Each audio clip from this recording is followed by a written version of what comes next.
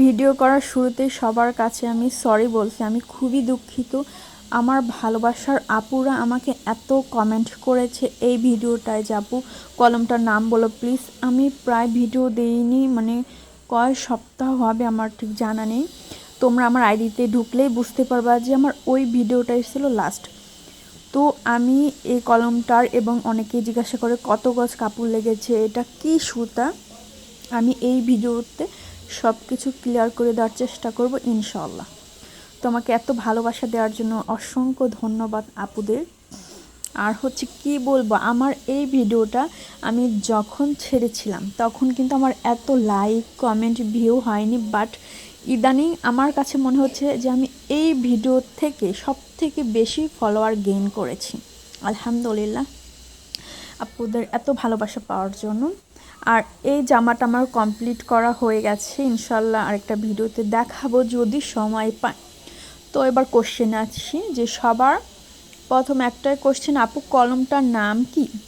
আপু আমি যখন কলমটা এনেছিলাম তো আমি দোকানে, যেখানে আপনার ধরুন সুই সুতার বা এমনি আপনারা চাইলে খাতা কলমের দোকানেও যে বলতে পারেন যে আমার কাঁথা কাঁথা আর্ট করার যে কলমটা, ওই কলমটা দেন। দেখবেন বলবেন যে সাদা সাদা আছে, অনেক কালারে হয়তো আছে, বাট আমি সাদাটা এনেছি। বলবেন যে কাঁথা আর্ট বা জামা আর্ট করার যে কলম, ওইগুলো দেন, দেখবেন তারা এমনিতেই বের করে দেবে। বা অনেকে দেখলাম বলেছে ডায়মন্ড যে রঙটা আছে ওইটার কথা, হ্যাঁ ওইটা দিয়েও হবে। বা কাট পেন্সিল যেগুলো, ওইগুলো দিয়েও করতে পারবেন, সমস্যা নেই। বাট এইটা হচ্ছে আর্ট করার জন্যই কলমটা।